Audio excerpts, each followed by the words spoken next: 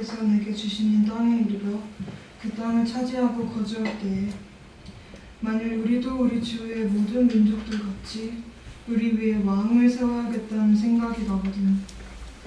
반드시 네 하나님 여호와께서 택하신 자를 너희 위에 왕으로 세울 것이며 내 위에 왕을 세우려면 내 형제 중에서 한 사람을 할 것이요 내 형제 아닌 타국인으로 내 위에 세우지 말 것이며 그는 병마를 많이 두지 말 것이요 병마를 많이 얻으려고 그 백성을 애굽으로 돌아오게 하지 말 것이니 이는 여호와께서 너희에게 이르시기를 너희가 이후에는 그 길로 다시 돌아가지 말 것이라 하셨으며 그에게 아내를 많이 두어 그의 마음이 미혹되게 하지 말 것이며 자기를 위하여 은금을 많이 쌓지 말 것이니라.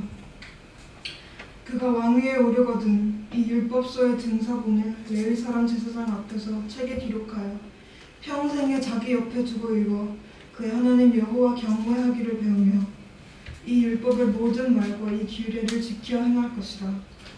그리하면 그의 마음이 그의 형제 위에 교만하지 아니하고 이 명령에서 떠나 좌로나 우로나 치우치지 아니하리니 이스라엘 중에서 그와 그의 자손이 왕 위에 있는 날이 장구하리라. 감사합니다. 왕 하나님 백성의 모델 제목으로 하나님 말씀 아침에 말씀하겠습니다. 잠깐 기도드리고 말씀 묵상하겠습니다. 하나님 아버지, 이 아침에 하나님 앞에 나와서 이제 주의 말씀 앞에 주의 말씀을 듣고 그 말씀의 길로 행하고자 하는 선한 마음, 바른 마음을 가지고 주의 말씀을 듣고자 마음을 모으고 마음을 열기 원합니다. 성령께서 진리로 우리 가운데 말씀하여 주셔서 주님의 뜻을 다 알게 하시고 우리의 삶의 현장 속에서 주님이 원하시는 바들을 다시 생각하고 깨닫는 이 아침이 되게 하여 주시옵소서. 우리의 삶에 주의 통치가 임할 수 있도록 주의 말씀 우리의 삶을 다스려 주시옵소서. 부족한 종을 사용하여 주시되 주의 말씀을 전하는 도구로만 써 주시옵소서. 예수님 이름으로 기도드립니다. 우리가 신명기 말씀을 묵상하고 있습니다. 신명기 12장에서 26장까지인데 오늘 17장 말씀이고요. 왕에 관한 규례를 살펴봅니다. 추석을 맞이하면 이제 한국에서는 이제 고향으로 돌아가서 많은 얘기들 나누지만 부담스러운 얘기들도 많이 하죠. 남자친구는 있냐, 결혼은 언제 하냐 이런 얘기들은 꼭 피해야 될 얘기인데 관심 있죠. 그런 얘기를 하고 또 정치 얘기도 빠지지 않죠. 그래서 우리 한국 고향 한국 땅이 뭐 정치적인 문제 최근에도 뉴스 같은 거 보면 좀 복잡하고 논란도 많고 복잡한 이런 상황들이 있어서 아마 우리도 기회가 되어서 한국 고향에 가서 추석을 함께 맞이했다면 얼굴 붉히고 정치 얘기를 하는 어른들도 거기에도 우리도 끼울 수도 있겠죠. 오늘 우리 식사하면서도 그 얘기를 할지도 모르겠는데 거기에 대해서 하나님께서 어떤 기준이 있을까요? 정치적인 지도자, 왕. 하나님께서 어떤 자가 왕이 되고 어떤 태도와 어떤 기준을 가지고 하나님이 원하시는 정치를 하기를 원하신다. 이런 뜻이 성경에 나올까요?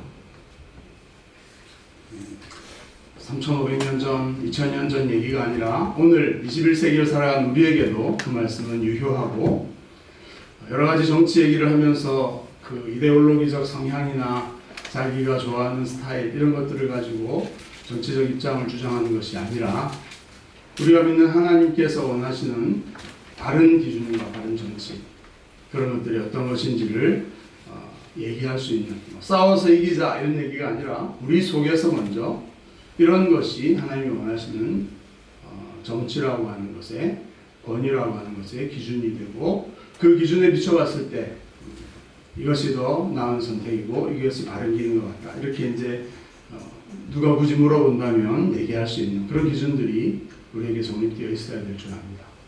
그렇죠? 정치는 교회에서는 얘기할 수 없는 주제인가요?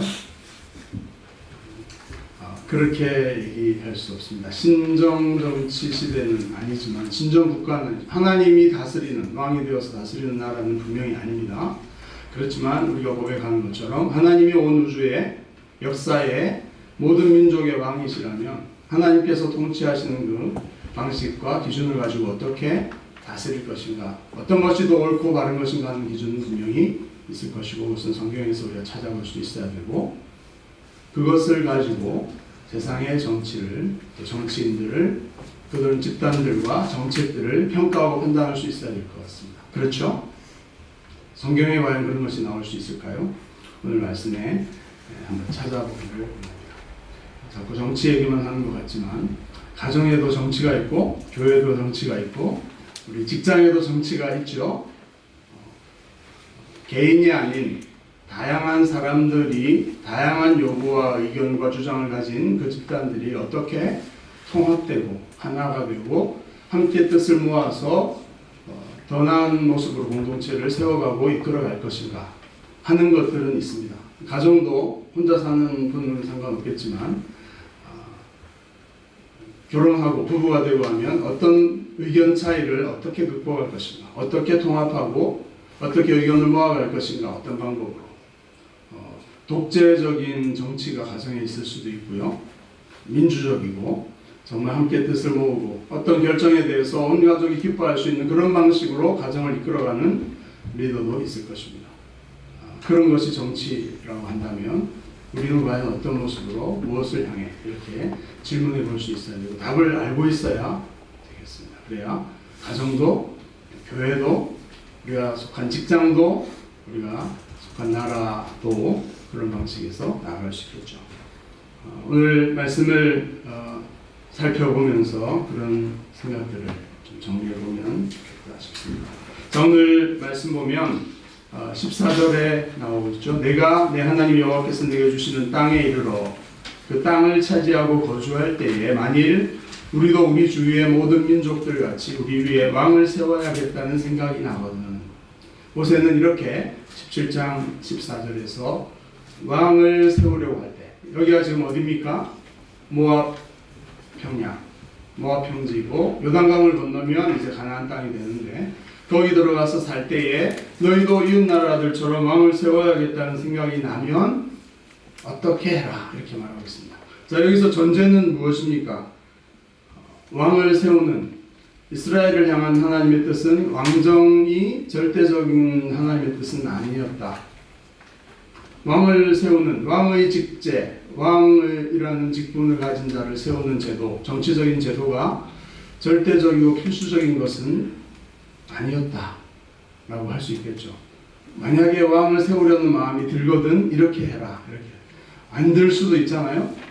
그런 경우에는 어떻게 다스린다, 이런 것들이 이미 정해져 있습니다.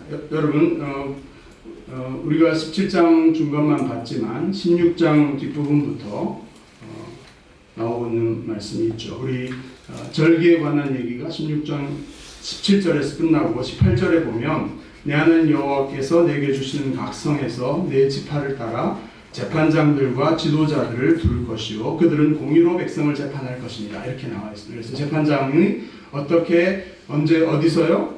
각 성마다 각 도시마다 재판장과 지도자들을 두어서 거기에 문제가 생기는 것은 거기서 공의를 따라서 재판할 것이다. 그리고 그들은 각성에 있는 또 제사장, 레위인들 제사장들의 역할, 하나님의 말씀을 따라서 재판하고 판단하는 일을 자치적으로 해나가는, 지파별로 각 도시 성별로 해나가는 것을 하나님 생각하고 있습니다. 여러분 왕이 되면 제일 중요한 것이 고대 운동에서 재판하는 것이 아니겠습니까? 그렇죠. 솔로몬 때도 아주 골치 아픈 문제를 솔로몬이 지혜롭게 재판했다. 다윗 때도 왕이 재판을 받기 위해서 도시로 몰려오는 이런 것들을 읽을 수가 있는데 하나님께서는 굳이 왕이 아니어도 각성해서 하나님의 말씀에 따라서 하나님의 말씀을 잘 알고 하나님께서 세우신 재판장들을 통해서 문제를 스스로 자치적으로 해결할 수 있는 것들을 제도를 이미 만드셨습니다. 재판관을 세우셨고 재판관을 돕는 서기 같은 역할을 하는 지도자들 이렇게 세워서 재판이 이루어질 수 있도록, 그리고 그뿐 아니라 좀 더 골치 아픈 문제가 생기면 우리 18장, 17장 앞부분에 재판하라 계속 나오고 있습니다. 그래서 문제가 생기면 하나님께서 세우신 중앙 성소가 있는 그곳에 가서 대제사장에게 물을 것이고, 하나님은 거기서 하나님의 뜻을 알게 해주셔서 문제가 해결되게 하고 있습니다. 그러니까 여기서는 왕의 역할이 빠져 있죠. 오늘날로 하면 1심, 2심, 3심제 이렇게 해서 대법원까지 가서 결정을 받고 판단을 받는데, 왕이 거기에는 절차 속에 들어가 있지 않습니다. 원래 하나님의 계획 속에는. 그리고요, 18장에 나오는 제사장과 레위 사람들, 그래서 제사장들이라는 직분들이 이미 있었고, 그것들을 그 땅에 들어가서도 그렇게 하는데, 그들이 하나님의 성전에서 예배하게 할 뿐 아니라 또 각 성소에서도 제단을 쌓고 하나님을 예배할 수 있고, 그 역할을 할 수 있도록 제사장들이 분산 배치되어 있고, 그 다음에 거기서 하나님의 말씀을 계속해서 가르칠 수 있는 레위인들이 역할을 하는. 그래서 중앙에서 권력의 집중을 하고 권력을 중심을 갖고 있는 왕의 역할이 굳이 필요하지 않은 그런 시스템이 하나님께서 가나안 땅에 들어가는 백성들에게 원하시는 모습이었습니다. 또 18장 15절부터는 선지자를 일으키겠다 이렇게 말씀하시고 있거든요. 선지자, 하나님의 기록된 말씀뿐 아니라 그때그때 하나님께서 이 백성들에게 말씀하시고 싶으실 때, 그런 필요가 있을 때에는 하나님의 말씀을 어떤 방식으로든 받아서 전달하는 선지자들을 두겠다 이렇게 약속하셨습니다. 그래서 어떤 독일 신학자들 중에 어떤 사람은 이 16장, 17장, 18장을 보면서 고대의 삼권 분립을 볼 수 있다 이렇게 주장하는, 이스라엘의 율법 속에 권한이 분리, 사법부, 행정부, 또 입법부 이렇게 나눠져서 하나님의 법이 무엇인지 선포하고 가르치는 것과, 또 그것을 따라서 집행하는, 재판하는 사법부와, 또 그것을 집행하면서 그것이 잘못되었을 때에 또 선지자가 와서 질책하고 하는, 그거는 또 야당의 역할, 정당의 역할일 수도 있겠고 아니면 언론의 역할일 수도 있겠죠. 바르게 하나님의 뜻을 하지 못할 때는 견제하고 균형하면서 백성들을 위한 통치가 일어날 수 있도록 하는 이런 것들이 여기에 원리가 담겨있다 이렇게 주장하는 경우도 있습니다. 벌써 3500년 전인데 이스라엘에서는 이런 삼권 분립의 민주정치가 이런 제도를 통해 이루어지고 있다 이렇게 이제 주장하는 경우도 있는데, 좀 많이 나간 거 아닌가 그런 생각이 듭니다. 자, 그런데 그런 배경 속에서 왕이라고 하는 것은 절대로 필수적으로 필요한 것은 아니다라는 것이 전제되어 있죠. 그러면 하나님께서 왕을 세우고 싶을 때는 어떻게 해라 이렇게 말씀하시는 것은, 주변 나라들처럼 우리도 왕정으로 가겠다 이렇게 하는 것을 주님께서는 예측하시고 그들이 원하고 할 때, 그러나 거기에 이웃 왕정 제도와는 완전히 다른 기준을 주님께서는 제시하고 계십니다. 이스라엘의 왕은 누구시죠? 하나님이시고, 하나님이 이스라엘 백성과 언약하셔서 위대한 왕으로서 이스라엘 백성들에게 언약 가운데 땅도 주시고 보호하시고 축복하시고 인도하시고 승리케 하시고 이런 것들이 주어지고 있어서 꼭 왕의 역할을 누군가 해야 되는 것은 아니다 이렇게 말할 수 있습니다.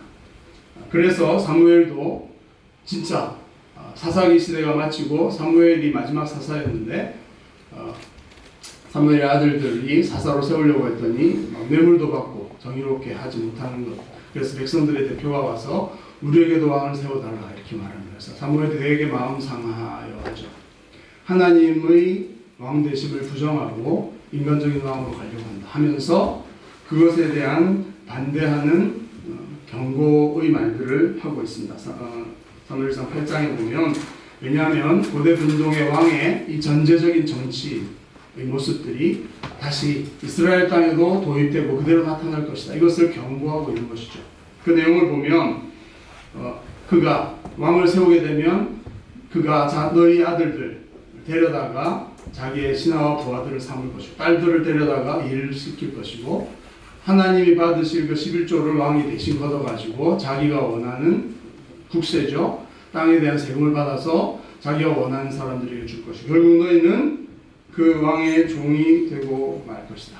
그리고 마지막에는 너희가 택한 그 왕 때문에 이것은 뭐죠? 주변의 전제적인 가나안의 왕들의 제도가 이스라엘로 들어오면서 하나님이 왕이라는 것을 부정하면서 인간 왕이 세속적인 방식으로 군림하고 지배하고 땅의 소유권 전체도 자기가 가지고 우리가 앞에도 살펴봤지만 땅은 하나님의 것이고 경제적인 가장 기본적인 것이 하나님이 보장하시는 평등하게 서로 일해서 자기의 것들을 넉넉하게 얻을 수 있는 그런 제도를 결국은 왕이 하나님 자리를 대신하면서 원하는 귀족들에게 땅을 많이 주고 해서 빈부격차가 생기서 결국은 너희가 종으로 전락하게 될 것이고 왕을 세운 것을 후회하면서 하나님 앞에 부르짖게 될 것이다 라고 사무엘은 경고를 하고 있죠. 실제로 이런 일들이 이스라엘 역사 속에 왕을 세우고 그들이 하나님께 손을 세우신 이 왕의 법칙을 따라서 경고를 따라서 바르게 하지 않게 됨으로써 이스라엘은 세속적인 그런 전제 정치의 영향을 받게 되죠. 여러분 아십니까? 첫 번째 왕이 누구였죠? 사울왕. 사울왕이 어땠습니까? 하나님께서는 자격 조건을 오늘 말씀에 얘기해 주고 있죠. 15절에 보면 반드시 내 하나님 여호와께서 택하신 자를 사울도 하나님이 택하시긴 했습니다. 그러나 택하신 자가 어떤 모습으로 왕 노릇을 해야 되는지를 얘기하고 있죠. 하나님께서 택하신 자 그리고 외국인이어서는 안 되고 그는 병마를 많이 둬서는 안 되고 그것을 얻으려고 애국으로 가도 안 되고 그가 아내를 많이 두어서 마음이 미혹되어서도 안 되고 자기를 위해서 은금을 많이 쌓아서도 안 된다. 이웃 가나안의 왕정에서 왕이 자기의 왕권과 영향력을 키우기 위해서 이렇게 하는 것들이 이스라엘에서는 이루어져서는 안 된다 하는 것들 자격 조건과 그들이 행해야 될 기준들을 명확하게 얘기해 주고 있죠. 그들은 진정한 왕이 아니라 하나님이 왕이시고 하나님 대신해서 다스리는 대리왕이다 이런 얘기입니다. 자 그런데 실제로 왕의 그 경향들을 보면 경고한 대로 갈 수밖에 없는 가고 있는 그런 모습들을 발견하게 됩니다. 사울도 하나님께서 택하여 세웠지만 사울왕 얘기를 읽어보면 세속적인 왕과 같이 군대도 두고 자기가 원하는 대로 하고 하나님께서 사무엘을 통해 말씀하시는 것을 적당한 선에서 하고 자기는 순종했다고 하면서 자기의 왕권을 세우는 쪽으로 하나님께서 그를 세우신 것을 후회하시고 버리게 되죠. 또 유명한 성경에서 많이 긍정적으로 평가할 수 있는 번영과 화려함과 그런 굉장히 정치적인 영향력을 끼쳤던 솔로몬도 그가 우리가 아는 것처럼 하나님 앞에 지혜를 구해서 하나님의 훌륭한 왕이 되고 싶다 해서 하나님이 칭찬하셔서 많은 걸 주셨는데 그에 대한 기록을 보면 역대상 1장에 보면 이렇게 나오죠. 그가 솔로몬이 병거와 마병을 모음에 1400대고 12,000명이다. 여기도 두고 저기도 두고 또 애굽으로 가서 그 좋은 말들을 애굽산 말들을 엄청나게 많이 사오고 그걸 가지고 무역도 했다. 이런 기록이 나오고 있고요. 은금을 많이 돌같이 흔하게 하였다. 이런 표현입니다. 그래서 이것이 하나님께서 이 초기에 세우셨던 왕제도의 경고했던 얘기들을 솔로몬이 하나님의 뜻을 이루는 것 같지만 그가 부유해지고 했을 때 그리고 우리가 잘 아는 대로 아내들을 너무 많이 뒀죠. 1000명의 그런 뭐 정치적으로 국제 외교적으로 그렇게 했다고 합리화하고 싶었겠지만 그것이 결국은 이스라엘이 남과 북으로 분열되고 망하게 되는 그런 왕의 좋지 않은 모델을 시작하게 되는 그런 모습들을 보여줍니다. 하지 말라는 경고와 함께 마지막으로 하나님께서는 18절 보면 왕은 이렇게 해야 된다 하는 것들을 얘기해 주고 있습니다. 우리 18절 한번 읽어보겠습니다. 시작. 그가 왕위에 오르거든 이 율법서의 등사본을 의 사람 제사장 앞에 책에 기록하여 자기 옆에 두고 읽어 그의 하나님 여호와 경외하기를 배우며 율법의 모든 말과 이 규례를 지켜 행할 것이라. 왕이 가장 중요하게 해야 될 일은 이것이었다. 이 율법책은 지금 모세가 기록해서 주고 있는 이 신명기를 가리키는 것이고, 그것의 사본, 등사본을 손으로 필사해서 왕의 옆에 항상 두고 그가 평생에 이 율법책을, 이 신명기 이 말씀들을 두고 읽어서 하나님 경외하기를 배우고 그 말씀을 지켜 행하는 자가 되어야 된다. 이것이 왕의 기준입니다. 여러분, 이스라엘의 왕의 역할은 나중에 이런저런 역할, 재판도 하고 이렇게 했지만, 하나님께서 처음에 신명기를 통해서 의도하셨던 왕의 역할과 어떤 영향력은 어떤 것이었다고 우리가 해석할 수 있습니까? 전쟁을 잘하는 것도 아니고 재판을 잘하는 것도 사실 아니었고, 오늘 제목처럼 하나님께서 의도하신 이스라엘 왕은 이스라엘 백성, 하나님의 백성의 모델이 되는 사람입니다. 신명기를 읽어보면 하나님의 말씀을 가까이 두고 들어갈 때나 나올 때나 가르치고 자손들에게도 가르치고, 말씀이 그들의 삶에 가장 기본이 되어 있는 그런 이스라엘 백성의 삶, 그것을 의도하고 있었다면, 모세는 이스라엘의 이웃 나라들처럼 왕을 세우는 거 좋아. 그렇지만 그 왕이 제일 중요하게 해야 될 일은 뭐라고요? 신명기 율법책을 평생에 옆에 두고 읽어서 그 말씀을 통해서 하나님 경외하기를 배우고 말씀을 지켜 행하는 그런 하나님 백성의 모델이 되는 자, 이것이 왕에게 하나님이 기대하신 모습이었다. 이렇게 말할 수 있겠습니다. 여러분, 그래서 구약 성경에서 가장 모델이 되는 왕은 누구였습니까? 다윗. 하나님께서 이새의 아들 다윗을 만나니 내 마음에 합한 자라, 내 모든 뜻을 이루게 하리라. 그리고 다윗의 후손 중에 메시아 예수 그리스도가 태어나시게 되는 그런 모범이 되었던 왕. 다윗이 전쟁도 많이 했고 재판도 잘했고 고난을 이기고 바른 왕으로서의 어떤 국가를 통합하는 일들을 했지만, 그에게 가장 존경받고 가장 칭찬하는 그 기준은 무엇입니까? 하나님의 말씀. 이 말씀, 이 구절. 솔로몬은 이 경고의 말씀을 넘어가 버렸지만, 벗어나 버렸지만, 다윗은 이 말씀을 중심에 새기고, 그래서 시편 19편에 보면 다윗은 이렇게 고백하고 있죠. 여호와의 율법은 완전하여 영혼을 소성시킨다 하면서 하나님의 말씀의 아름다움을 얘기합니다. 시편 119편 이런 데 읽어보시면 다윗의 고백이 하나님의 율법을 얼마나 사랑하는지, 이런 고백들이 넘치게 나오는 것을 보게 됩니다. 그가 좋은 왕이 되고 하나님이 마음에 합하여서 그를 통해서 승리하게 하시고 나라를 독립하고 세우게 하시고 영광스럽게 세우셨던 원인과 결과를 우리는 잘 구분해야 됩니다.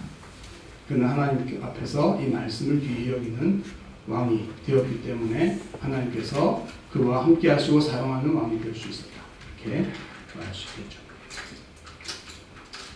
이것은 신약에 와서도 예수님은 제자들 가운데서 일어난 일들을 보면 왕에 관한 이 기준이 신약에까지 연결되고 있다는 것을 알 수 있습니다. 예수님의 제자들이, 예수님이 이제 예루살렘 올라가셔서 메시아 왕으로 등극하실 것 같은 분위기 속에서 오른편 왼편에 앉게 해달라, 세베대의 두 아들을, 유력했던 집안도 좋은 두 아들이 와서 예수님에게 청탁을 하는데, 예수님께서는 너희가 구하는 것을 알지 못한다 하시면서, 이 세상에서는 집권자들이 임의로 주관하고 권세를 부리는 것이 왕권이고 정치력인 것 같지만, 하나님의 나라에서 통치는 어떻게 이루어진다고요?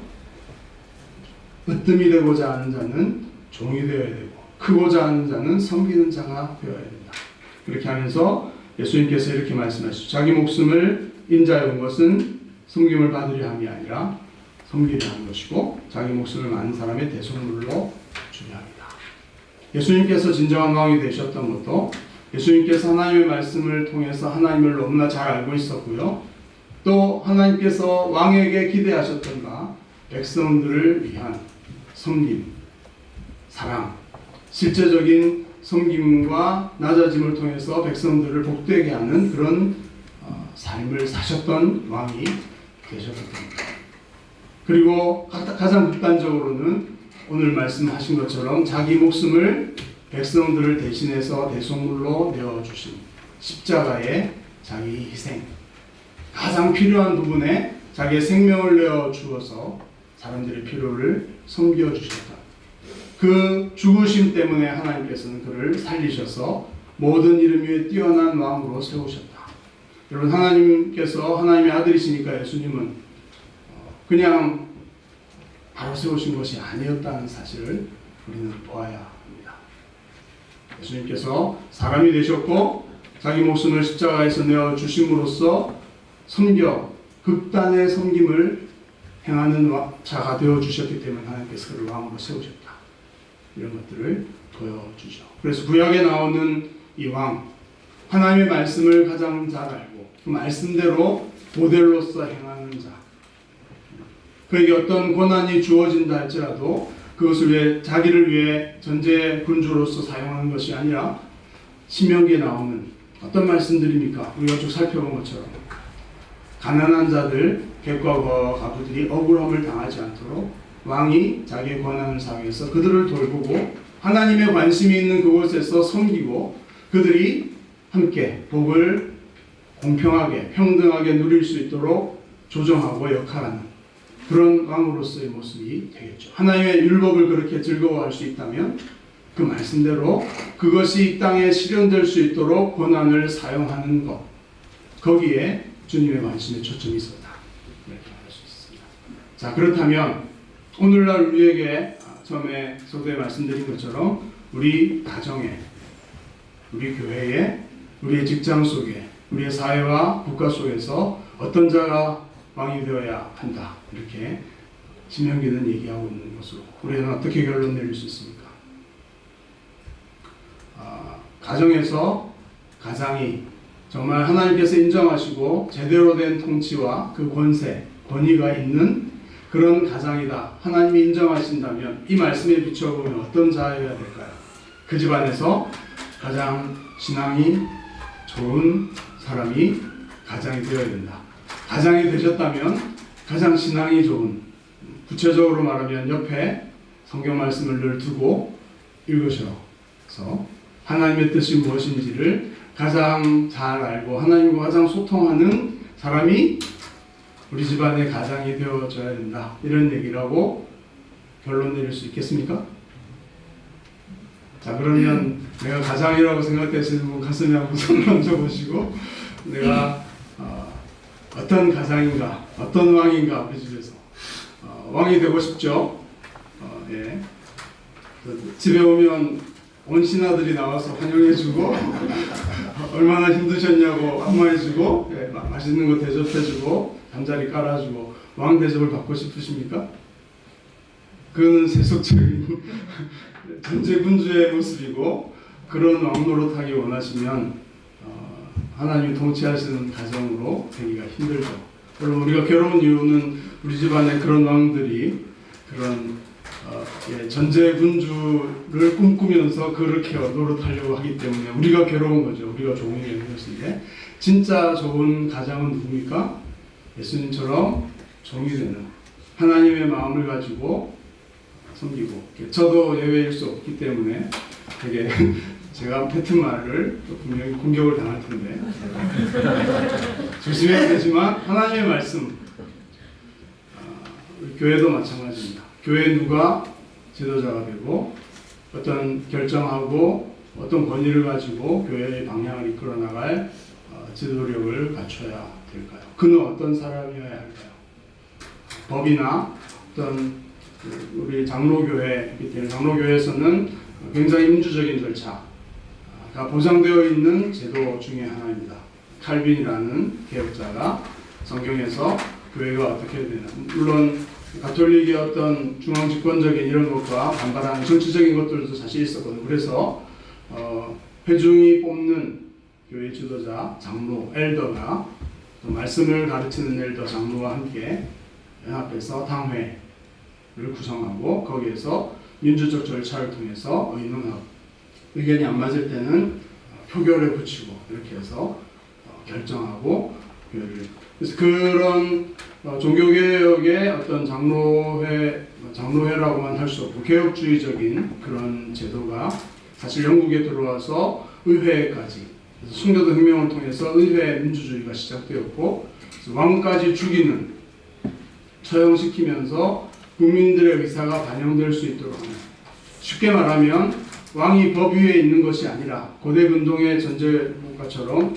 신의 이름을 빙자해서 법을 빙자해서 자기가 신의 노릇, 왕 노릇하는 그런 것이 아니라 왕도 법치, 법의 다스림 안에 있어야 된다. 이제 세속적인 정치적인 것을 이해하자면 그런 것들이 엄청난 변화였죠. 그것들이 사실은 종교개혁과 함께 성경에서 얘기했던 이런 교회 안에서 어떻게 의사결정이 되어 엘더들이 하고 이런 것들을 통해서 민주적인 제도와 정치가 세속적으로도 퍼져나가고 그것들이 영국에서 시작되고 의회 민주주의 이런 것들이 왕이 있지만 왕은 군림하나 통치하지 않는다 이런 원칙들도 세워진 것이 바로 이런 성경의 원리들에서 나왔다고 말할 수가 있습니다. 역사적으로 우리 교회는 어떤 정치가 이루어져야 될까? 우리 교회에서 지도자들은 내가 지도자 역할을 하고 있다면 뭘 해야 될 것인가? 하나님의 말씀을 곁에 두고 읽어서 하나님께서 나를 지도자로 세우신 목적이 무엇인가? 군림하거나 자기의 영향력을 확대시키는 그건 목적이 아니라 그것을 가지고서 구석구석의 필요들을 채우고 돌보고 그들이 함께 예외 없이 소외됨 없이 함께 하나님의 복을 건드릴 수 있도록 사회적으로 확장되면 우리 교회에서 그런 정치인들이 나올 수 있다면 정치적인 어떤 역할을 할 것인가 그런 것들이 여기 다 포함되어 있죠. 직장에서 우리 가운데 리더들이 있다면 크리스찬 직장인 리더들은 어떻게 하는 모습을 보여줄 것인가. 권한을 사용하지 말라. 종처럼 맨날 청소해라. 이런 거 아니죠. 대표이사고 교회의 높은 직장의 높은 임원들이라면 거기에 걸맞는 권한을 바르게 행사해야 되지만 그 방향성이 공동체 전체를 위해서 그 중에 특별히 소외되는 자들이 억울하게 당하지 않도록 억울함을 당하지 않도록 리더로서 돌아보고 공동체 전체를 통합해 나가는 그런 정치력을 가지고 그러려면 주님의 지혜와 주님의 마음 신명기에서 얘기하고 있는 그런 것들 우리가 잘 알고 늘 그것을 마음에 새기면서 그런 리더가 되어질 때 존경받고 그가 속한 사회를 통합해 나갈 수 있는 리더가 될 수 있습니다. 나아가서 우리나라 대통령은 어떤 사람이 되어야 되겠습니까? 지금 대통령이 되었다면 어떤 태도로 오늘 말씀인 모든 것을 말해주고 있다고 생각합니다. 자세한 얘기는 하지 않더라도 방향을 알 수가 있죠. 무엇을 원하는가? 그가 그 높은 지위에 오를 목적이 무엇이고 어떤 마음과 어떤 태도를 해야 되는가 하는 것들을 명확하게 우리 말씀을 보여주고 있다고 할 수 있습니다. 그래서 그것이 아닌 경우에는 국민주권의 시대에 우리의 표를 사용해서 그것을 할 수 있고 그가 크리스찬이 아니냐가 아니라 이런 하나님께서 세우시는 그런 원리에 맞는 사람에게 표를 행사하는 주권적인 국민으로서 역할을 함으로써 정치를 결국은 풀풀이해서 우리들의 투표를 통해서 세워가는 이런 일들의 관점을 갖고 있어야 되는 것이죠. 크리스찬이다. 이 얄팍한 어떤 것들에 넘어갈 게 아니라 이 본질을 보고서 정말 이 지도자감이 정말 하나님 앞에 기뻐하시는 이런 기준에 맞는 것인가 이런 것들을 평가할 수 있는 여러분이 주권자이기 때문에 그렇게 할 수 있어야 될 것 같습니다. 가장 우리의 책임 있는 우리가 어떤 영향력을 행사하는 우리 가정에서부터 좋은 가장이 되기 위해서 말씀을 사랑하고 그 말씀을 바르게 해석할 수 있는 구약 성경에 있는 율법, 신명기 율법이 몇천 년 전 얘기이기 때문에 그대로 문자적으로 적용하는 이런 신정 국가 주님께서 원하시는 게 아니죠. 그래서 말씀을 바르게 해석할 수 있는 지식도 있어야 되지만 해석할 수 있는 안목과 통찰을 가지고 하나님의 뜻을 이 땅에 이루어 나갈 수 있는 지도자들이 모두가 되어야 되겠습니다. 우리 자녀들은 그렇게 성장하고 있는가 이런 것을 보면서 부모의 역할 그것들을 우리 다음 세대에 전달해 줌으로써 우리 교회와 우리 사회가 우리 성도들을 통해서 교회를 통해서 더 복되게 되는 그런 일들이 점점 확산되고 일어났으면 좋겠습니다. 추석을 맞이해서 이 주제를 마음에 새기면서 기도하고 또 자신을 돌아보고 생각하는 우리 모두가 되기를 축복합니다. 찬양하고 기도하도록 하겠습니다. 사랑하며 섬기겠어요.